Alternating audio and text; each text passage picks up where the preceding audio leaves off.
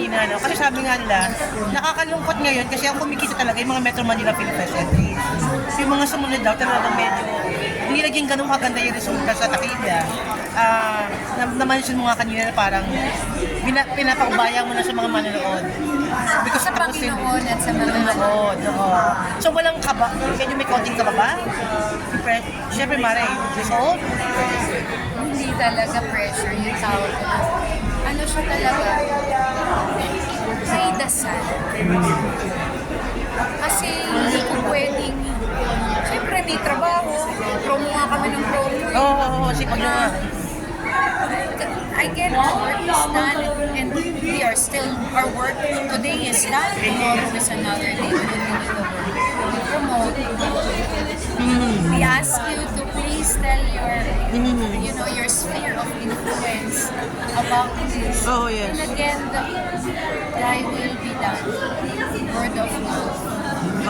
Lucky charm ka naman kasi dalawang pelikula mo sa MMFF po kumita. Diba?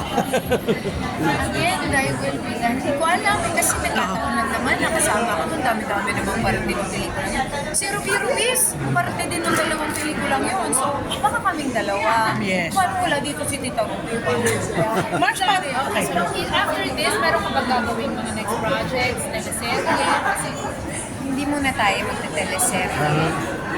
Hanggat kaya pa ng bank account.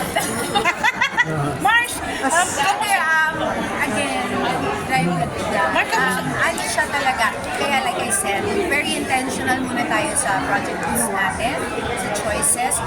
Like next month, in the promo of this, I'm doing a lot of things for my husband's app, yung Loki. And then we're also doing things for She Talks Asia. We have a women's summit in March. So medyo yun muna yung proyekto ko. May mga binabasa tayong script, nakapag-audition din tayo sa malalang mga things. Ano para sa atin, siyang para sa atin. Ibigay naman yun eh. Oo, yung ang kapal nga ng mukha ko minsan sa videos niya, sabihan mo ang proyekto. Pero meron tayong proyekto na pinagdarasal na sana'y siyang ibigay ng Panginoon. Kung, again, ang dasal ko ay hindi na itong specific. Lord, thy will be done. What is best for me? Lead me to the path that is best for me. March, kamusta yung